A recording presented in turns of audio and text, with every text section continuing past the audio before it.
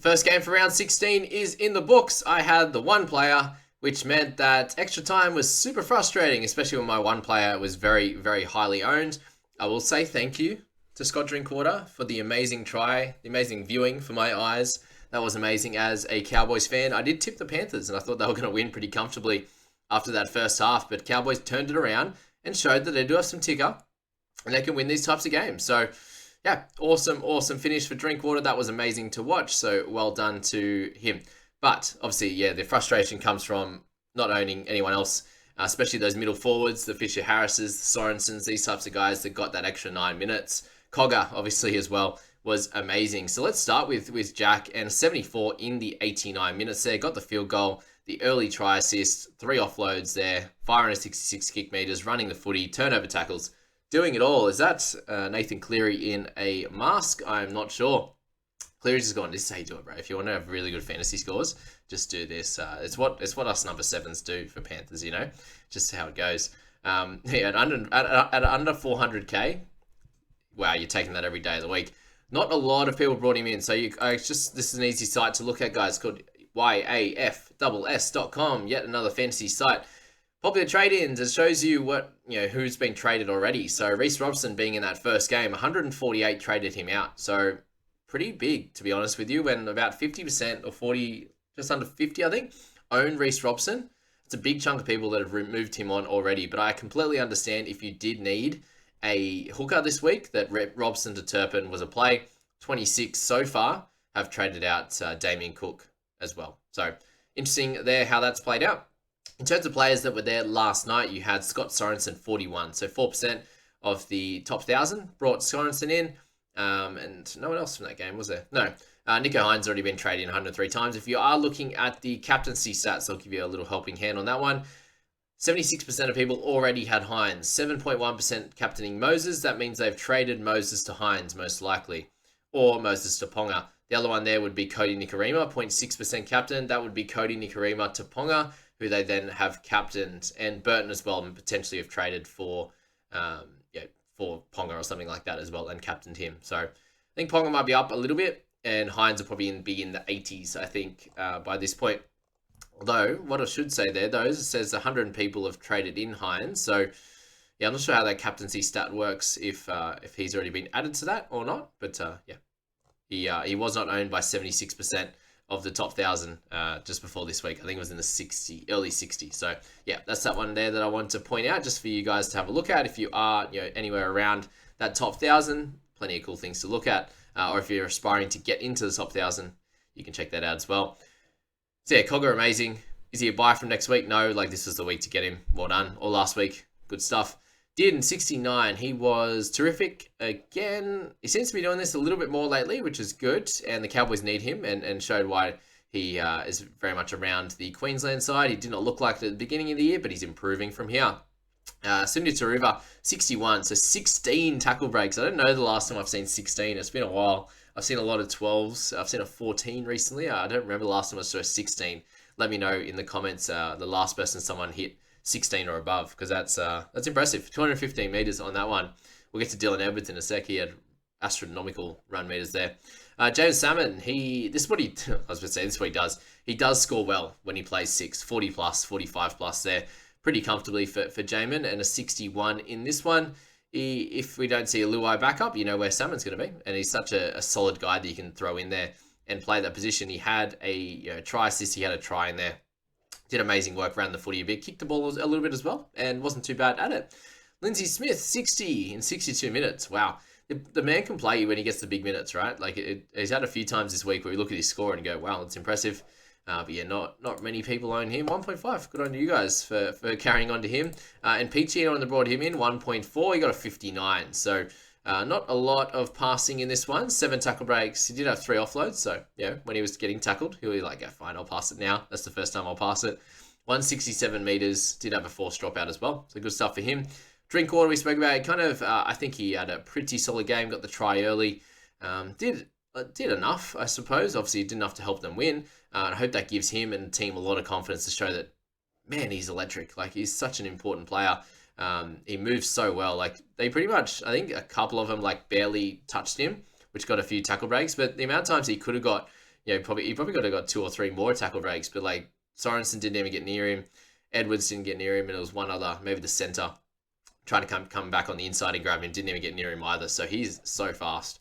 But we've known that for a long time, and if he needs to be running the footy a lot more than he normally does. And in this week was was better forward. He ran probably 30 meters in that one, so 170 before that was good news. Eisenhuth the big minutes, but again, this is what happens when a lot of people are away. Isaac Tungol, so he got the 2 tries and a try assist. So a few people are like, oh, why weren't people speaking about him? Well, look, think about it like this. He's going to have to play without Cleary, and he's got, Luai are going to be away, at least one of those weeks, potentially 2 or 3 if he's not backing up.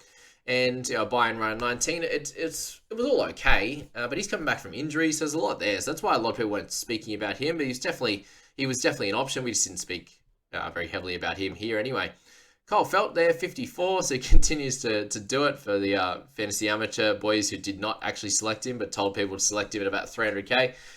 He's averaged like 40-something since then, so he's turned it around, and his ability to put the ball down inside the line. A lot of wingers are good at it.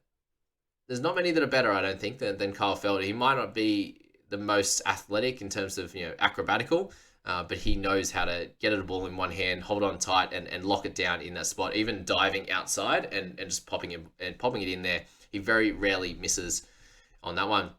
Lucy Leilua, back to some of his better footy in terms of his fantasy scoring. 54 in this one. He's fairly cheap. Obviously, the Cowboys have the bye in 19. He should be able to still get those big minutes, it looks like, but a much better game from him in that one. The 1 error, the 2 missed tackles, but overall, pretty good. Fisher-Harris, mainly this is the one I was a little bit annoyed about for extra time, to be honest with you, but I can't be too annoyed because he's been very, very, very, very, very bad for anyone who owns him, and not a lot of people brought him in this week. So 51, exactly what owners would have wanted.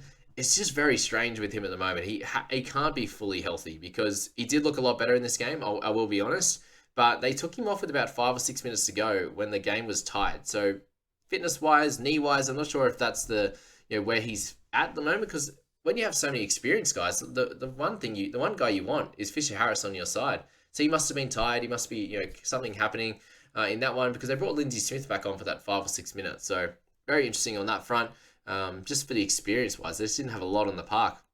And then obviously played the 9 minutes in extra time and picked up 12 points. So, yeah, big news for Fisher-Harris. 51 for Hosking as well. Got the offload, a couple of tackle breaks early. Did go off for Garner at the end there. How they played Garner there was very, very strange. Taruva went off for a head injury assessment and obviously came back and scored amazingly well. Garner went out and played in the centres, and then as soon as Taruva was ready, he switched back with him, and then Garner came back on with 9 or so minutes to go. So he's very much out of favour. Really only using him as like a little cover guy there.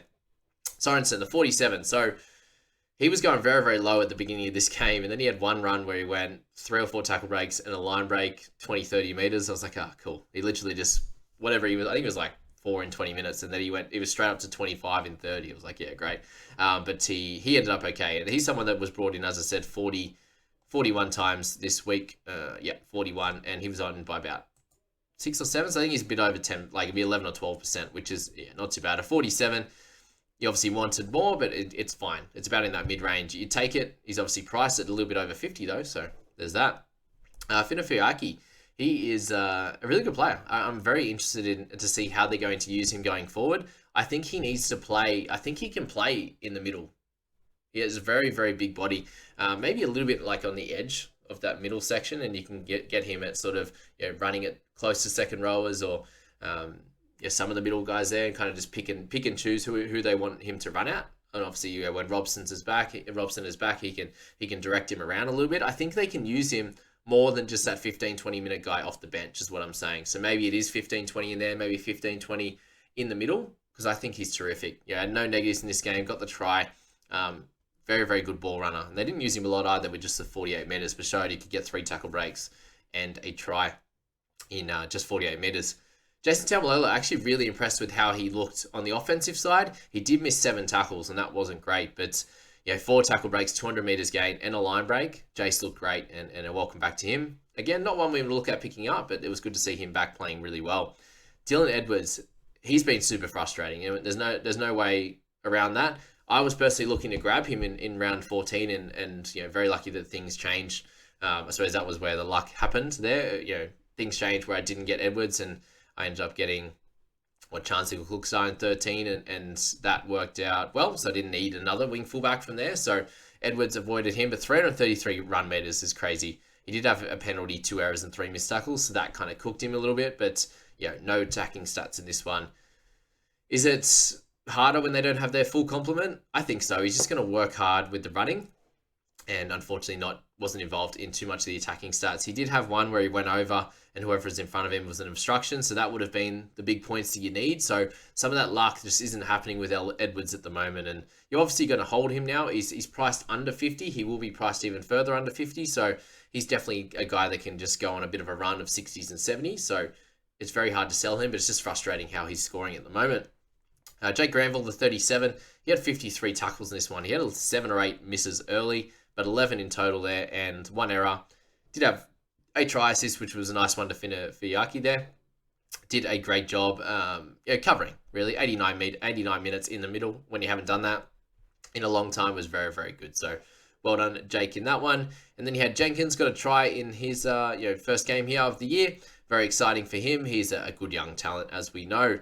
Spencer Leniu, 42 minutes. Again, you would have expected him to play a little bit more. Zach Labart, I'm really impressed with. Mitch Kenny there, the 33. I don't think many own him anymore, but he's just doing his thing. Zach Labart, I am impressed with him and how he looks as a centre.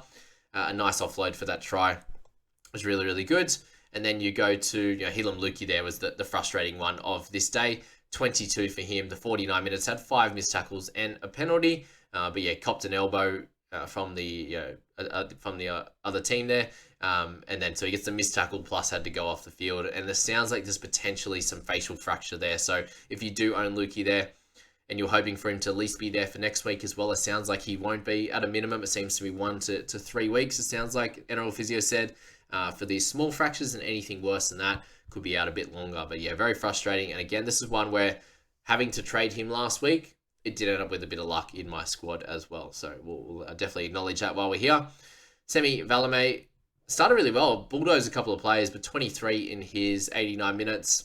Pretty average, to be fair, and shows why, what can happen if these guys don't score tries. So that's that there. It went to Kyle Felt on the left-hand side. He ended up moving for Valame, which is very nice. He obviously feels like he can play on any side there. And Lukey Garner, the best buy of the year, he's made 13k so far. He will be in the negatives, unfortunately, after this one. So that's our first game, guys. We get 3 games today, an absolute smorgasbord. Very excited to watch those ones. Having only 1 player, I've got 10 left for 4 games. So a lot more exciting over the next few. I wish you all the best of luck and see you in the next one.